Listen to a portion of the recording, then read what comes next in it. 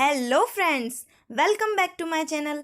Friends, पिछली video के अंदर हमने देखा था कि सॉफ्टवेयर क्या होता है और उसके हमने डिफरेंट टाइप के सॉफ्टवेयर जो है वो देखे थे, जिसके अंदर हमने सिस्टम सॉफ्टवेयर की बात की थी, एप्लीकेशन सॉफ्टवेयर्स की बात की थी और उनके अंदर भी हमने अलग अलग टाइप के सॉफ्टवेयर जैसे utility software, firmware, open source, close source, shareware, इन सारे सॉफ्टवेयर्स की हमने बात की थी। आज की वीडियो के अंदर हम सिस्टम सॉफ्टवेयर का ही एक एग्जांपल, जिसे कि हम ऑपरेटिंग सिस्टम कहते हैं, जो एक टाइप का सिस्टम सॉफ्टवेयर होता है और जो बहुत ही ज़्यादा इम्पोर्टेंट है, तो हम इसको देखने वाले हैं। लेकिन फ्रेंड्स, इससे पहले अगर आपने मेरी सॉफ्टवेयर वाली वीडियो नहीं देखी है तो प्लीज़ उसे जा कर के पहले ज़रूर देख लीजिए। और अगर अभी तक आपने मेरे चैनल को सब्सक्राइब नहीं किया है तो प्लीज़ सब्सक्राइब कर दीजिए और वीडियोस को लाइक और शेयर करना ना भूलें। तो चलिए स्टार्ट करते हैं ऑपरेटिंग सिस्टम से। बेसिकली ऑपरेटिंग सिस्टम होता क्या है? Operating system is a system software that manages computer hardware, software resources and provide common services for computer programs. इसका मतलब ये होता है, ऑपरेटिंग सिस्टम जैसा कि इसका नाम है, यानी ये एक टाइप का सिस्टम सॉफ्टवेयर होता है जो कि क्या काम करता है, पूरे सिस्टम को मैनेज करने के लिए, उसको ऑपरेट करने के लिए, जितने भी एप्लीकेशन प्रोग्राम्स होते हैं या जो भी एप्लीकेशन सॉफ्टवेयर्स होते हैं उन सभी को रन होने के लिए ये प्लेटफॉर्म प्रोवाइड करता है। यानी उन सारे सॉफ्टवेयर्स को, जितने भी रनिंग प्रोसेसेस है, उन सभी को मैनेज करने के लिए ऑपरेटिंग सिस्टम ही इस्तेमाल किया जाता है।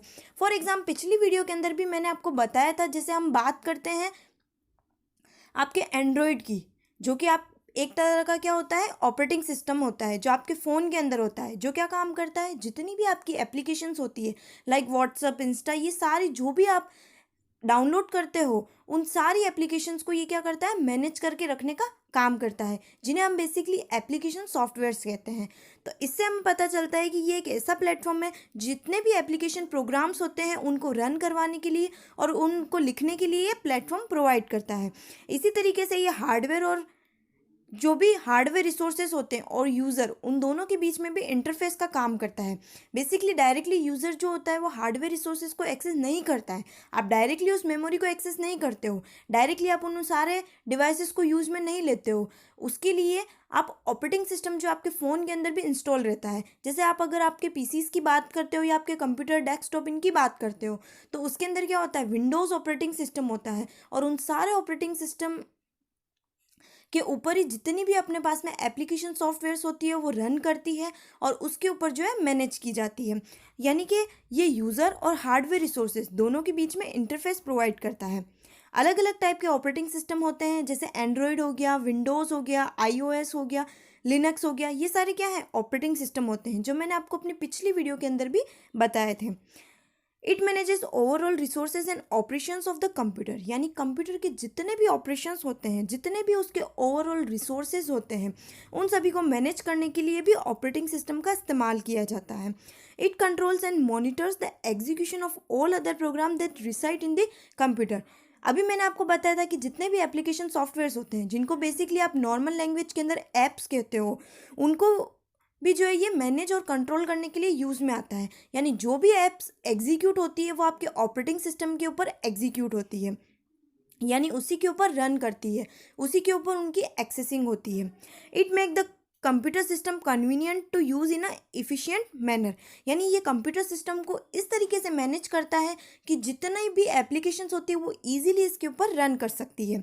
It hide the detail of hardware resources from the user. अभी मैंने बात की थी कि जैसे जो भी यूज़र होता है और जो हार्डवेयर रिसोर्सेज होते हैं उसके बीच में जो है ये एज ए इंटरफेस की तरह काम करता है। यानी ये क्या काम करेगा, जितने भी हार्डवेयर रिसोर्सेज होते हैं उनकी डिटेल्स को ये हाइड कर देता है यूज़र के द्वारा, ताकि वो उसको डायरेक्टली एक्सेस ना कर सके। It provide efficient and fair sharing of resources among users and program, यानी जो भी यूज़र और प्रोग्राम्स होते हैं उनके बीच में भी ये रिसोर्सेज की शेयरिंग करने के लिए इफिशियंट तरीका होता है। यानी अब आपको पता चल चुका होगा कि ऑपरेटिंग सिस्टम होता क्या है, जो सारी एप्लीकेशंस को मैनेज करता है, कंप्यूटर के जितने भी पार्ट्स होते हैं, जितने भी हार्डवेयर रिसोर्सेज होते हैं, उनको कंट्रोल करता है, उनको ऑपरेट करने के लिए इस्तेमाल होता है। फॉर एग्जाम्पल, एंड्रॉयड हो गया, विंडोज़ हो गया, लिनक्स हो गया, ये सारे ऑपरेटिंग सिस्टम होते हैं। नेक्स्ट यहाँ पे हम देख सकते हैं ये किस तरीके से इंटरफेस की तरह काम करता है। जैसे यूज़र है, तो यूज़र क्या करता है, किसी एप्लीकेशन को एक्सेस करता है। जैसे मान लेते हैं कोई भी आपकी एप्लीकेशन हो गई, जैसे व्हाट्सएप, इंस्टा या फिर कोई अदर एप्लीकेशंस हो जाती है, जैसे हम बात करते हैं माइक्रोसॉफ्ट ऑफिस की, तो उसी को हम यहाँ पे मान लेते हैं। यहाँ से ये जो भी एप्लीकेशंस होती है वो ऑपरेटिंग सिस्टम के ऊपर रन करती है। जैसा कि मैंने अभी आपको बताया कि जितने भी एप्लीकेशन सॉफ्टवेयर्स होते हैं वो सारे ऑपरेटिंग सिस्टम के ऊपर रन होते हैं।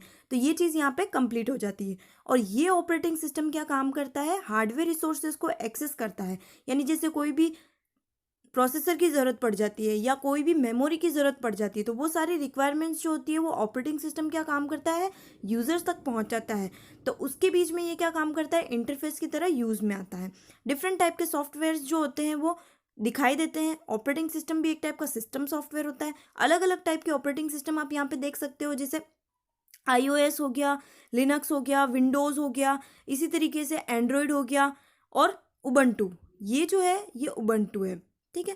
तो अलग अलग टाइप के ऑपरेटिंग सिस्टम आप यहाँ पे देख सकते हो। अब बात करते हैं हम ऑपरेटिंग सिस्टम के कैरेक्टरिस्टिक्स की। सबसे पहला है मेमोरी मैनेजमेंट, यानी ये मेमोरी को मैनेज करने के लिए यूज़ में आता है। जैसे आपकी प्राइमरी मेमोरी है तो कितनी वो यूज़ में आएगी, किसके द्वारा यूज़ में आएगी, कौन सा पार्ट उसको यूज़ में ले रहा है और कौन सा पार्ट उसको यूज़ में नहीं ले रहा है। ये बेसिकली कंप्यूटर के पार्ट्स होते हैं जो मेमोरी को यूज़ में लेते हैं। तो उन सभी को मैनेज करने के लिए भी ऑपरेटिंग सिस्टम का इस्तेमाल किया जाता है।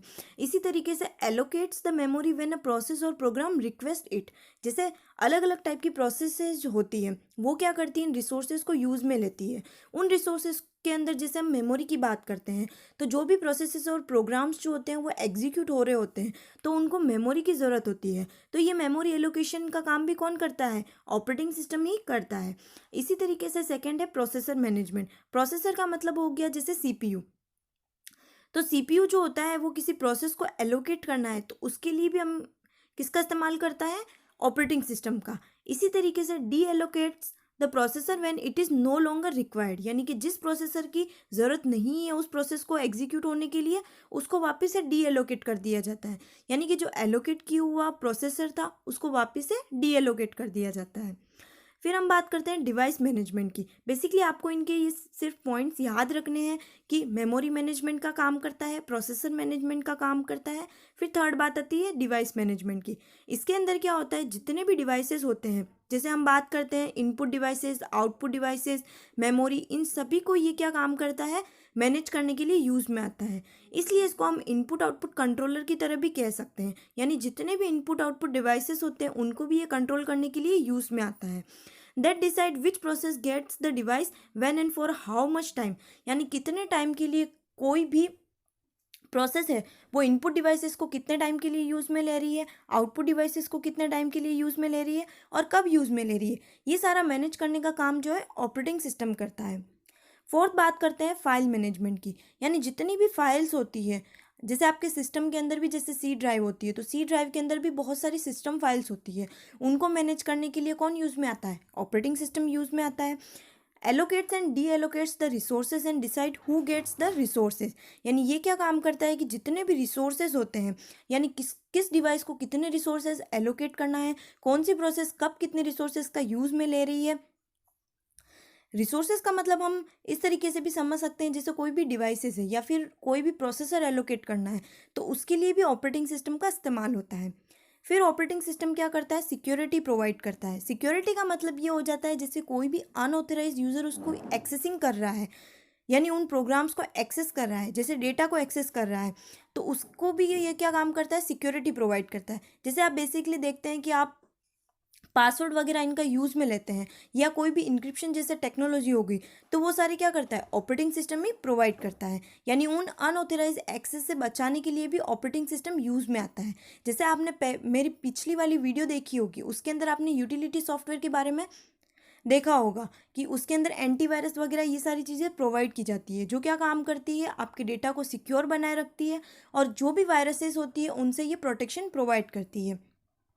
सिक्स्थ हम बात करते हैं कंट्रोल ओवर सिस्टम परफॉर्मेंस, यानी ये सिस्टम की परफॉर्मेंस को भी मेंटेन करके रखता है। मैंने अभी आपको बताया था कि ऑपरेटिंग सिस्टम क्या काम करता है, सिस्टम के जितने भी पार्ट्स होते हैं उनको मेंटेन करके रखता है और उनको मैनेज करके रखता है। तो ये सारे काम भी क्या होते हैं, ऑपरेटिंग सिस्टम के थ्रू होते हैं, ताकि सिस्टम की परफॉर्मेंस जो है वो बेटर तरीके से बनी रहे। नेक्स्ट हम बात करते हैं एरर डिटेक्टिंग की। एरर डिटेक्टिंग के अंदर क्या होता है कि जितनी भी एरर होती है उसको डिटेक्ट करने के लिए भी ऑपरेटिंग सिस्टम का इस्तेमाल होता है। जैसे कोई एरर मैसेजेस हो गए या फिर कोई अदर डीबगिंग मेथड हो गई, तो इन सभी के लिए भी जो है एरर डिटेक्टिंग के लिए ऑपरेटिंग सिस्टम का इस्तेमाल होता है। इसी तरीके से एट आ जाएगा interface between other software end user. जैसा कि अभी मैंने आपको इस डायग्राम के अंदर बताया था कि ऑपरेटिंग सिस्टम क्या काम करता है, जितनी भी अदर एप्लीकेशंस होती है, यूज़र हो गए, उनको क्या करता है, इंटरफेस प्रोवाइड करता है हार्डवेयर के साथ में। तो ये इंटरफेस देने का काम भी कौन करता है, ऑपरेटिंग सिस्टम करता है। तो ये बात थी हमारे पास में ऑपरेटिंग सिस्टम की, उसकी कैरेक्टरिस्टिक्स क्या क्या होती है, किस तरीके से ऑपरेटिंग सिस्टम जो है काम करता है। आने वाली वीडियो के अंदर हम देखने वाले हैं कि डिवाइस ड्राइवर ऑपरेटिंग सिस्टम से कैसे रिलेटेड है, वो किस तरीके से ऑपरेटिंग सिस्टम के साथ में काम करता है। और उसके बाद में हम अलग अलग टाइप के ऑपरेटिंग सिस्टम जो है, जैसे विंडोज़ ऑपरेटिंग सिस्टम है, तो विंडोज़ ऑपरेटिंग सिस्टम जो है उसकी हिस्ट्री क्या है, यानी कहाँ से वो स्टार्ट हुआ था और उसका वर्जन फर्स्ट से लेकर के उसका जो अभी हम वर्जन यूज़ में लेते हैं विंडोज़ 10, उस तक की हम सारी जो है वर्जन्स को देखने वाले हैं। सो फ्रेंड्स, वीडियोस को लाइक करना ना भूलें, और अभी तक अगर आपने मेरे चैनल को सब्सक्राइब नहीं किया है तो प्लीज़ सब्सक्राइब कर दीजिए। Thank you.